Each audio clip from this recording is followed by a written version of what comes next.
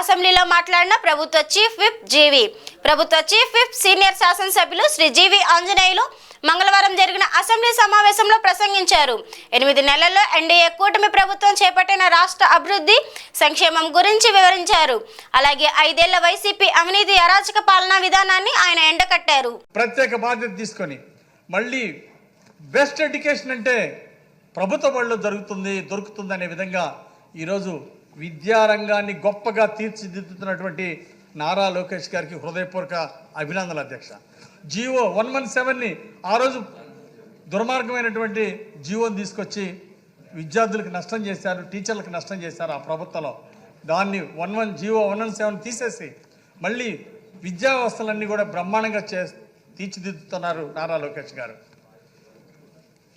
ప్రపంచంలోని టాప్ 100 యూనివర్సిటీల్లో మన ఆంధ్రప్రదేశ్ నుండి ఉండాలనే ఆకాంక్షతో విద్యార్థుల్ని తరగతి గదుల్లోనే గొప్ప నాయకులుగా, గొప్ప వ్యక్తులుగా తీర్చిదిద్దాలనే లక్ష్యంతో ఈరోజు ప్రభుత్వం ముందుకెళ్తుంది అధ్యక్ష.